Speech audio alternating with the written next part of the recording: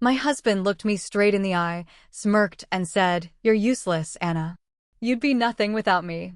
Those words didn't just sting, they carved themselves into my soul. I never imagined the man I'd built my life around could look at me like I was disposable. But that night, sitting at our polished oak dining table, the one I refinished by hand, his voice was cold, sharp, and final. And that's when something inside me snapped. We'd been married for 7 years. I met Daniel when I was 25, a quiet graphic designer with dreams bigger than my confidence. He was already a rising name in the real estate world, charming, ambitious, the kind of man who could light up a room just by walking into it. Everyone loved Daniel. I did too, maybe too much. From the start, he made me feel special. He used to call me his secret weapon. Said I had a way of seeing beauty in places others ignored. When he talked about his plans, buying properties, flipping houses, growing his company, I'd stay up with him till 3 a.m., sketching logo ideas and designing his early marketing materials. He'd say, "You're my lucky charm, Anna." Back then, I believed him. Our first home was a small 2-bedroom fixer-upper. We couldn't afford contractors, so we did everything ourselves, painting, sanding, learning as we went. I'd take photos for his listings, manage his emails, organize his deals. He told his clients he handled everything, but I didn't care. I thought we were a team. When his business took off, so did our lifestyle. Fancy dinners, designer suits, an ocean view house that still smells of cedar and success. But with each promotion, Daniel changed slowly at first, then all at once. The man who used to kiss my forehead before bed started staying out later, answering calls in the hallway, locking his phone when I walked by. "Work," he'd say with that tired grin. "You wouldn't understand, Anna. It's stressful." He started talking down to me, joking about how I played house while he built an empire. It was subtle, coated in charm when others were around. But in private, he became someone else, impatient, dismissive, cold. And I told myself it was just stress, that he'd come around. The real shift came the night of his company's 5th anniversary gala. I spent weeks planning it, every detail, every contact, every name tag. He told people I was helping out, but the truth was, I ran that event. The night shimmered with champagne and candlelight. Everyone congratulated Daniel for his vision, his dedication. I stood beside him in my silver dress, smiling until my cheeks hurt. When a reporter asked for a photo, Daniel pulled me close, whispering, "Don't look so stiff. You're supposed to make me look good." I laughed it off.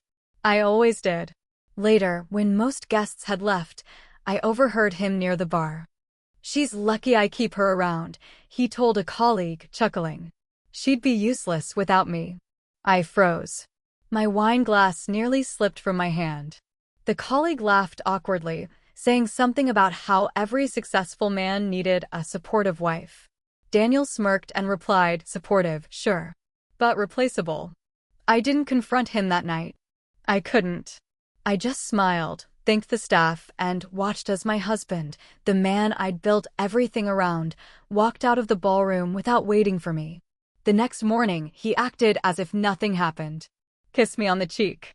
Told me to pick up his dry cleaning. And I did. Because I was still the Anna who believed love meant endurance, that marriage was a storm you stood through, not something you ran from. But something inside me had changed. When I looked at Daniel across the breakfast table, sipping his espresso, scrolling through his phone, I didn't see the man I'd fallen in love with. I saw someone who'd been quietly erasing me piece by piece. Still, I wasn't ready to face it. Not yet. That evening, as I folded his shirts, I noticed something strange, a small folded receipt tucked in his jacket pocket. A dinner for 2 at La Mer, the restaurant where we'd celebrated our 1st anniversary. Only this time, the date was last Friday. I stared at the receipt for a long time, the ink burning into my memory. The total was $423. 2 entrees, 1 bottle of wine. And written at the bottom in Daniel's familiar handwriting was a note to the waiter. "Thank you for making tonight perfect. She loved the surprise." My chest tightened. My fingers trembled. She. I told myself it was business. A client, maybe. A colleague. I wanted to believe that. I needed to believe that. But as I sat there, the air in our perfectly decorated home felt colder than ever. Somewhere deep down, I knew the man who once called me his lucky charm was about to become my greatest lesson. And he was going to learn that calling me useless was the most expensive mistake of his life. It started with small things so easy to excuse that I almost convinced myself they weren't there. Daniel used to text me during the day, random check-ins, funny memes, little thinking of you notes. But lately, my phone stayed silent. If I texted first, his replies were short, cold. Sometimes he didn't reply at all. When I asked if everything was okay, he'd sigh. Anna, not everything's about you. I'm busy, all right? Busy. That became his favorite word. Busy with work. Busy with meetings. Busy with new clients. Busy with everything except me. I told myself this was just a phase. Every marriage has them. He'd worked so hard for his company, maybe he was just under pressure. That's what love does, right? You give someone the benefit of the doubt. But doubt has a funny way of whispering louder every time you ignore it. One night, I waited up for him. The clock ticked past 11, then midnight. Finally, I heard his car pull into the driveway. He walked in smelling like expensive cologne, not the one he usually wore. Late meeting? I asked softly, keeping my voice calm. He dropped his keys on the counter. You're still up. I wanted to make sure you were okay. He rubbed his forehead, exhaling sharply. For God's sake, Anna, you don't have to wait up like some desperate housewife. I can handle myself. Desperate housewife. The words hit harder than he probably intended. He poured himself a drink and turned on the TV like nothing happened. I just stood there, watching him, wondering how love could turn so cruel without warning. Over the next few weeks, the emotional distance widened. Daniel started spending weekends at networking retreats. He began dressing better, working out more, switching colognes again. When I asked who he was meeting, he'd say, potential investors, with that same practiced tone, the one that made me feel like a child asking stupid questions. Once, I offered to come along. Maybe I could help with the presentation, I said, trying to sound enthusiastic. He looked up from his phone, eyebrows raised. Help? Anna, this isn't one of your little design projects. This is serious business. You wouldn't understand. The way he said you wouldn't understand made me feel like I was shrinking, like I was fading into the wallpaper of his life. But still, I tried to rationalize it. He was just stressed. Maybe I was too sensitive. Maybe I was the problem. That thought crept in late at night, when I stared at our wedding photo on the dresser, the one where he held my hand like I was his whole world. When did I stop being enough? Then came the charity event, the one I wasn't invited to. Daniel told me it was a business-only thing. I found out later from a mutual friend's Instagram story that spouses were there, all dressed up, all smiling. Daniel stood in the center of one photo, laughing, his hand resting lightly on the back of a woman in a red dress. Her name was Clara.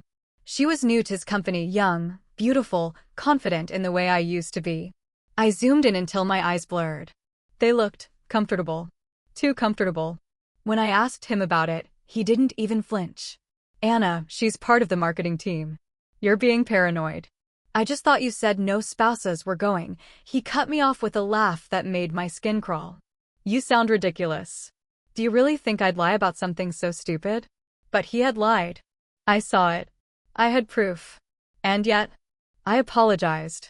I'm sorry, I murmured, tears burning behind my eyes. I miss you. He stared at me for a long moment before turning away. Then maybe you should find something better to do than sit around waiting for me. That night, he slept in the guest room. Days passed. I tried to focus on my freelance work, but my mind kept circling back to that receipt. That photo. His tone. His distance. Every interaction felt like a test, one I was failing. If I stayed quiet, he said I was cold. If I spoke up, I was emotional. If I asked questions, I was insecure. It was like he'd rewritten the rules of our relationship, and I hadn't been told the new script. One afternoon, while cleaning the office, I found a small velvet jewelry box in his desk drawer. My heart leapt. Maybe he was planning a surprise, an anniversary gift, something to make up for the tension between us. But when I opened it, the breath caught in my throat. Inside was a diamond bracelet, elegant, delicate, and a card tucked beneath it. It wasn't addressed to me. It read, "For the woman who reminds me what passion feels like." I stared at the card until the letters blurred, my hands trembling. I wanted to scream. I wanted to confront him. But when I heard his car in the driveway, panic replaced anger. I closed the box, shoved it back into the drawer, and walked out like nothing happened. When he came inside, he smiled, that same polished, charming smile he used on everyone else. "Hey, useless," he joked lightly, grabbing a beer. "Miss me?" I forced a laugh, my voice hollow. "Always." Inside, something broke. Not a loud shatter, more like a quiet, irreversible crack. Because now I knew, my instincts weren't lying.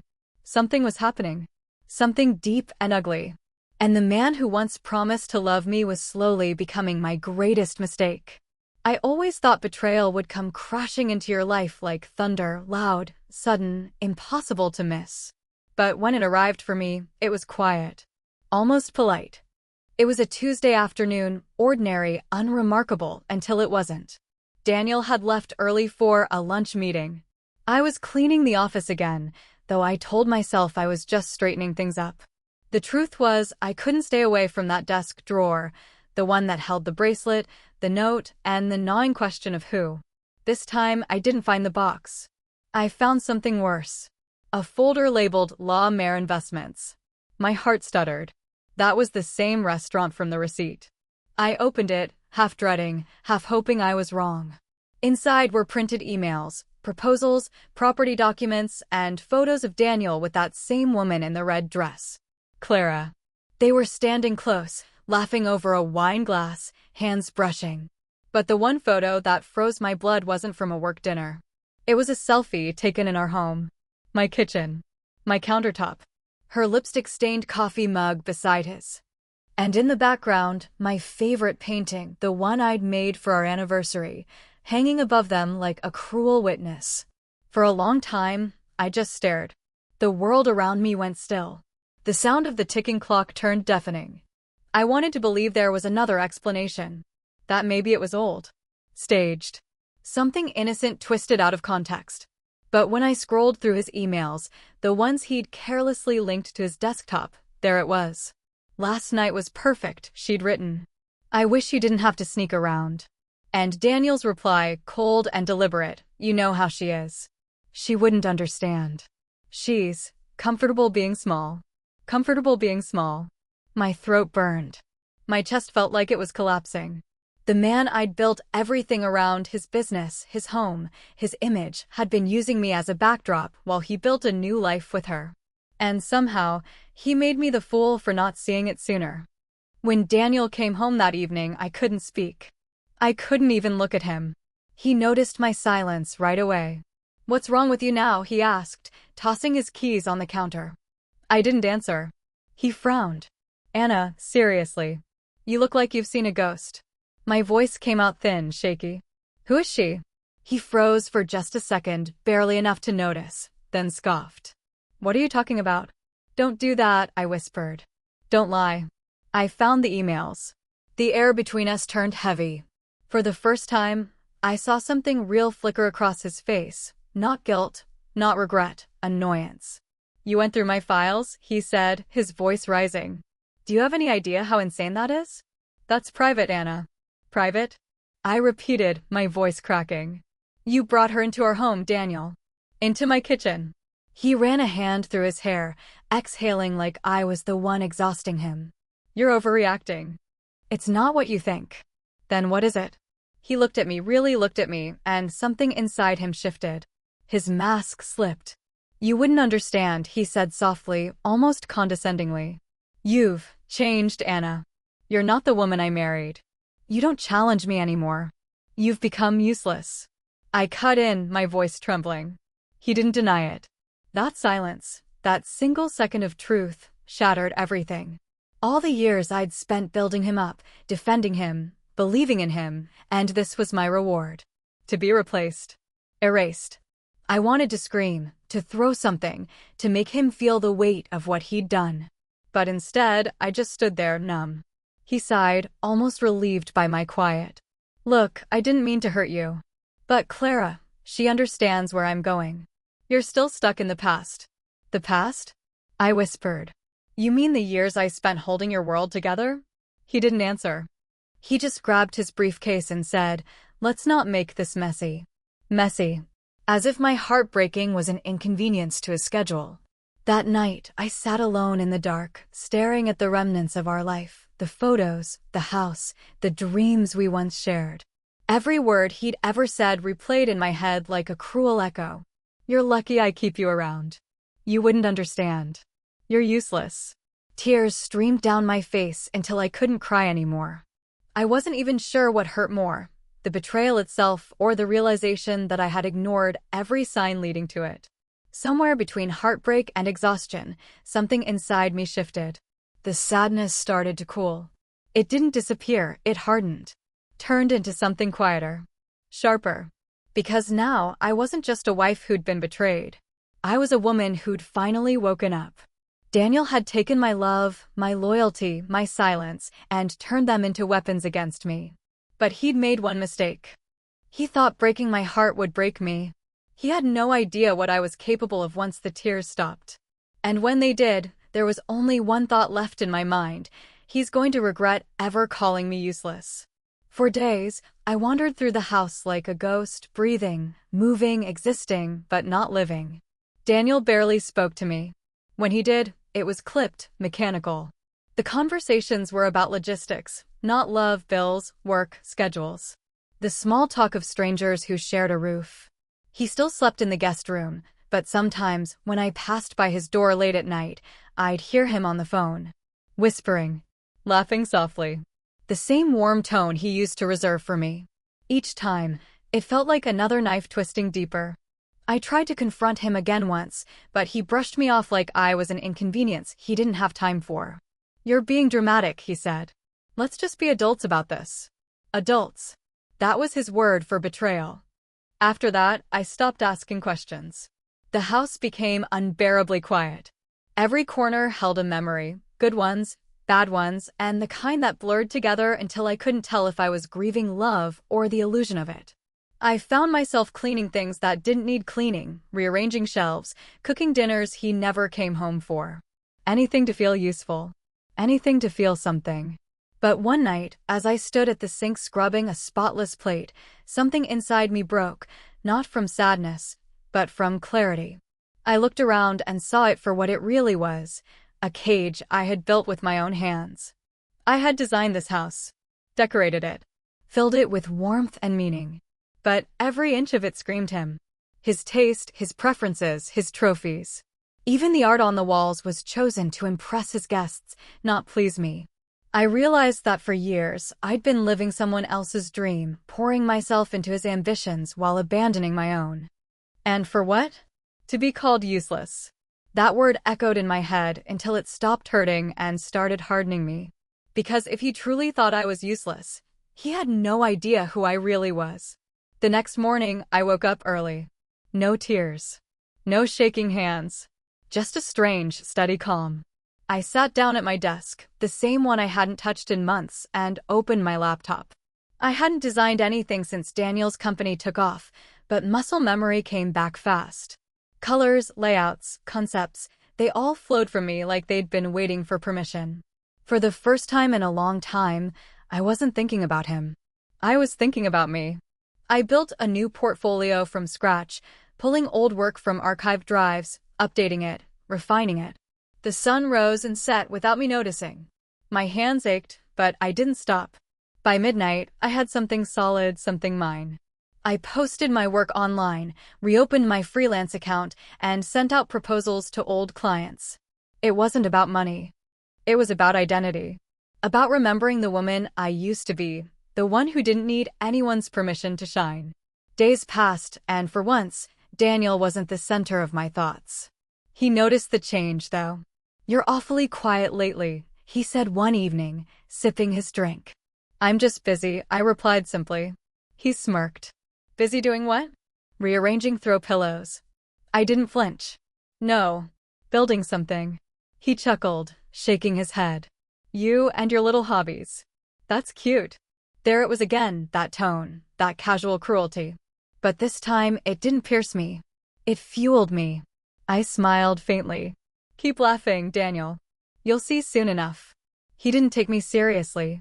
He never did. And that's exactly why he'd never see me coming. That night, as I lay in bed, I thought about all the ways he diminished me, every insult, every manipulation, every time he made me feel small. And then I thought about the truth. He needed me far more than I ever needed him. I was the one who designed his company's logo, who ran his early campaigns, who edited his presentations and kept his books balanced when he was too busy showing off. Without me, he would have been just another man with a business card and an ego. The realization wasn't just empowering, it was electric. Because if I'd built it once, I could build again. This time, not for him. For me. Over the next week, I started preparing quietly. I contacted a lawyer. Not to file for divorce yet, but to understand. I needed to know what was mine, what wasn't, and how to protect what I'd built in silence. I gathered documents, copied financial records, and slowly pieced together the truth behind his empire. The more I dug, the more I realized how many things were still in my name: the first business license, the design rights, even the domain of his company's website. Daniel thought I was useless. But his entire empire was still standing on the foundation I created. He just didn't know it. By the end of that week, I stood in front of the mirror, studying the woman staring back. My eyes were still red, but they were steady. My shoulders were square. My reflection didn't look broken anymore. It looked ready. Because I finally understood something no one had ever taught me. No one was coming to save me. And maybe that was the best thing that ever happened, because once a woman learns to save herself, she becomes unstoppable. Daniel had turned me into a shadow. But now, I was done living in the dark. I wasn't his support. I wasn't his background. I was the storm he never saw coming. I learned fast that revenge isn't fireworks, it's patience. It's a long, precise cut that looks like nothing at all until the bleeding starts. Daniel believed I was broken. He believed I would disappear into a dram of regret and then quietly vanish. That made him careless. That made him predictable. And predictable is where I began. First, I stopped acting hurt. I put on the mask of who he expected me to be: small, apologetic, harmless. I smiled at his friends, hung back at parties, and let him brag about his vision while I took notes. He thought I was checking out. In truth, I was checking everything else. The lawyer I'd spoken to gave me a list: documents, dates, assets, contracts, the mundane scaffolding of an empire. I started with what I already controlled. The domain name, the first brochure layouts, the early invoices, all traced back to accounts in my name or email. I copied them. I printed them. I organized them into a thick black binder and labeled each section like an exhibit: designs, communications, contracts, financial. Every piece was a small, undeniable truth. I learned to work in silence. I made encrypted folders, timestamped screenshots of emails and messages, and saved versions of files with metadata that showed when I created or last edited them. Where Daniel had been sloppy leaving threads open on his desktop, forwarding work through personal accounts, boasting about how good his marketing was to anyone who would listen, I was meticulous. When Clara mentioned our home in an email, I saved it. When Daniel replied calling me comfortable, I screenshot it. Nothing was left to memory. But evidence alone wouldn't be enough. He had money, influence, and a crowd who loved his charisma. To make him lose everything, I needed to hit the places he trusted most: his reputation, his investors, and the fragile pride that made him believe he was untouchable. So I built a soft web. First, the people. I reached out to 3 of his earliest clients, people who'd been quietly loyal to Daniel before the brand became polished. I didn't accuse. I asked questions. I let them talk about how things used to be when Daniel was hands-on. I reminded them casually of the initial logo and materials he'd praised in the beginning, materials I had created. I asked if they had copies. Many did. I offered to audit a few past invoices for bookkeeping purposes, completely normal, unthreatening. They handed over emails and receipts. Those emails fit into my binder like missing puzzle pieces. Next, I played Daniel's social game, but my moves were invisible. At company events, I lingered near investors and partners, listening for offhand comments about projections and dependency on Daniel's leadership. I smiled and asked follow-ups that planted seeds. Oh, who manages the campaigns now? Is the trademark registered under the company name? Small, casual inquiries that would later prove useful. I learned who feared what and who wanted what. I hired a private investigator, not to spy on affairs, but to map the flow of money legally. He unearthed transfer receipts, shell companies, and an early LLC that had never been publicly linked to Daniel, but traced back to a bank account in my maiden name. It was a quiet thrill to see the neat little red thread that connected back to me, evidence that the foundation wasn't as his as he claimed. With the lawyer, I drafted a timeline and a strategy. There would be no public shaming without airtight proof, no dramatic confrontations that could backfire. Instead, we prepared leverage, letters ready to send to the board of investors, copies of emails tied to the company's intellectual property, and a legal notice ready to attach to any claim he might float about ownership. I wasn't interested in ruin for its own sake. I wanted consequences that fit the betrayal, exposure, loss of trust, and the collapse of the facade he'd built on other people's faith. Emotionally, every step felt surgical. My heart still throbbed with the old grief, the stolen laughter, the nights of silence, the bracelet that wasn't for me. But grief had new edges. It was now a tool sharpened into purpose. I practiced my face in the mirror, calm, composed, not bitter. Anger is loud, revenge is quiet. I also set emotional traps. I started feeding Daniel small doses of what he wanted, compliments when investors visited, an eager attendance at his business-only events, a laugh at his jokes when company clients were around. He bloomed under the attention, began to swagger more openly. He boasted about his new team and how his personal life no longer distracted him. He didn't notice I was the one listening, collecting, and cataloging every careless word. Then I began to tilt the social balance. A seemingly casual email I sent to an investor. Remember when you asked about the original designer for this campaign? I have the files ready. Felt like a pebble dropped into a still pond. It would ripple. Another quiet conversation with Clara's colleague, a compliment that led to a careless brag, gave me an opening. People talk. People reveal. Pride is a loose tongue. My plan wasn't about vengeance for spectacle. It was about restoration. I wanted my name back on the things I'd built, and I wanted Daniel to feel the steady, cold consequence of underestimating me. If I had to pull every thread to reveal the truth, I would. If it meant dismantling his perfect image piece by piece, so be it. On the night I slipped the binder into my lawyer's briefcase, I felt no glee. I felt a calm so deep it steadied my hands. The storm I'd promised myself wasn't a scream. It was a series of perfect, inevitable payments of truth. He believed I was powerless. He believed I was small. He believed he could move on with Clara and still keep his kingdom. He was wrong. I learned early that revenge staged in anger is messy. Revenge staged in silence is surgical. The binder, every screenshot, invoice, and time-stamped file sat in cold leather on my lawyer's desk like a loaded verdict. We didn't need theatrics. We needed inevitability. The first strike was legal. The letter to the board arrived on a gray Tuesday, precise and irrefutable. Proofs of intellectual property, email chains showing Daniel's misrepresentations, invoices linking early campaign work to my accounts, and the LLC filings the investigator had traced back to my maiden name. The request was simple, an independent audit and an immediate freeze on certain discretionary transfers until the ownership could be properly verified. Daniel laughed when he read it. He always laughed when consequences felt distant. He called me a martyr, a saboteur, the wounded wife crying wolf. He posted a carefully curated video on his company page, practiced indignation, a vow to get to the bottom of the accusations, and a weak joke about how love turns people theatrical. He didn't know the audit was already in motion. Investors arrived at the board meeting expecting charm. They left with documents.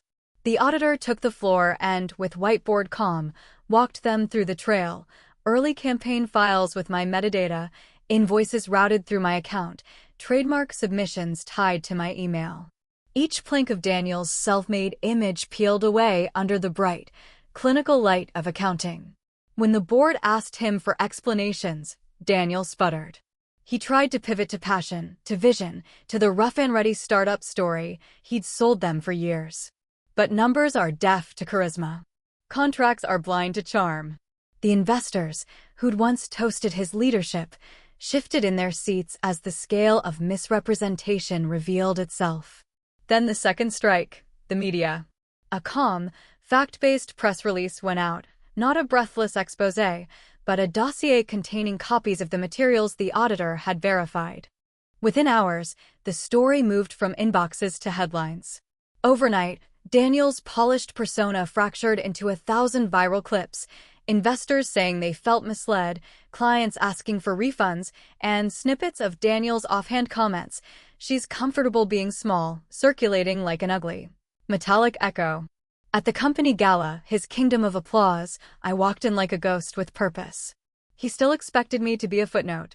He still expected a wife to sit somewhere pretty and quiet. The investors who'd once hung on his every word avoided his eye. Clients who'd once praised him murmured in clusters. The woman in the red dress stood beside him, her smile fragile when eyes skimmed her way. The board didn't wait for whispers to become a roar. They asked Daniel to step down temporarily pending investigations. It looked clean, professional, but the humiliation was public and precise. The cameras caught the slack in his jaw, the practiced smile collapsing into something exposed. He tried to make a speech about integrity and truth, but his words trembled against the hard facts laid out for everyone to see. My lawyer handled the courtroom theatrics with surgical calm. When Daniel sued for defamation, for theft, for everything a man desperate to keep an image would plead, the judge asked for evidence. We provided folders. We provided timestamps. We provided witnesses, early clients who testified about original designs I'd produced and how Daniel had presented them as his. Clara's casual emails, once meant to be private indulgences, were read aloud with the hush of a confession. In one exchange she had written, "He promised me the next property. He says she'll just disappear." The room inhaled. There was no melodramatic shouting. There never needed to be. Facts don't need theatrics, they need light. Under that light, the trust Daniel had traded for charm vaporized. Banks froze transfers. A key investor asked for an immediate valuation reassessment. One major client terminated contracts citing misrepresentation. The company's stock price, a slender thing propped up by confidence, dipped, then spiraled. The empire he'd thought indestructible was bleeding at its seams. Through it all, I watched with a kind of quiet that surprised me. I did not gloat. I did not dance on his ruin. I sat in the front row of the public hearing with my hands folded, my face carefully composed. Reporters asked for statements. My lawyer answered. When the microphone came to me, I said 3 sentences. I built what I could. I loved what I could. I will not be called useless. It was not a scream. It was not a plea. It was a ledger entry, short, clean, undeniable. Daniel tried to salvage his dignity in private meetings, bargaining for a softer headline, promising reforms, offering public contrition. But reputation is currency. Once it's counterfeited, the market collapses.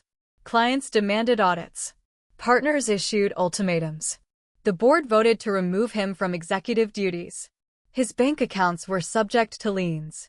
The bracelet Clara had been given, the symbol of his divided affection, surfaced in court as a reimbursed entertainment expense. The irony tasted like cold metal.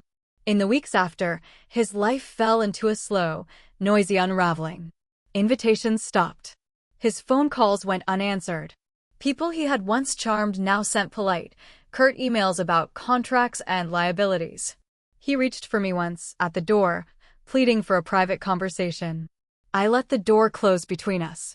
I walked home one late night through a city that didn't know my full name. Neon signs blinked like indifferent witnesses. Somewhere behind me, a man who had built his identity on loud declarations and borrowed credit sat alone in a dim apartment and scrolled through headlines that announced his collapse. I felt no triumph. The wound that had been fresh was now a map, lines of betrayal, survival, and, something harder, reclamation. The world had watched as he lost his pedestal.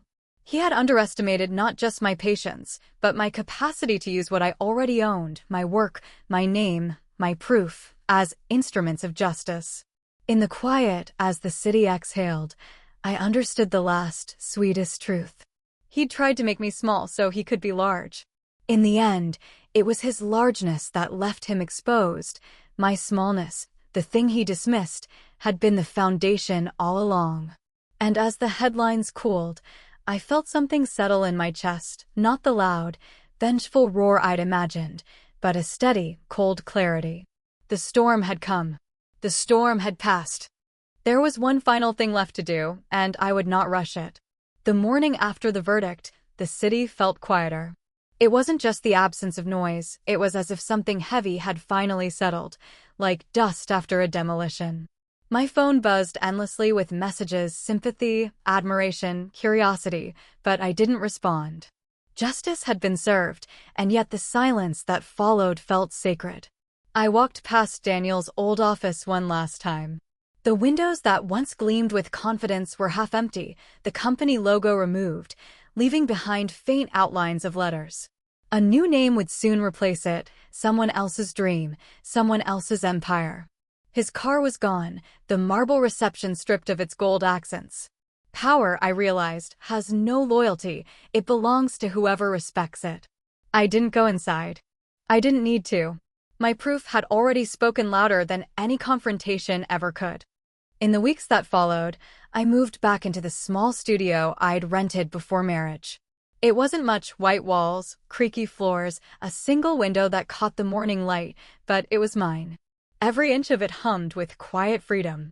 There were no raised voices, no walking on eggshells, no constant self-editing to seem enough. Just me, my work, my coffee, and the sound of rain against the glass. Sometimes people imagine revenge as fireworks, loud, bright, and fleeting.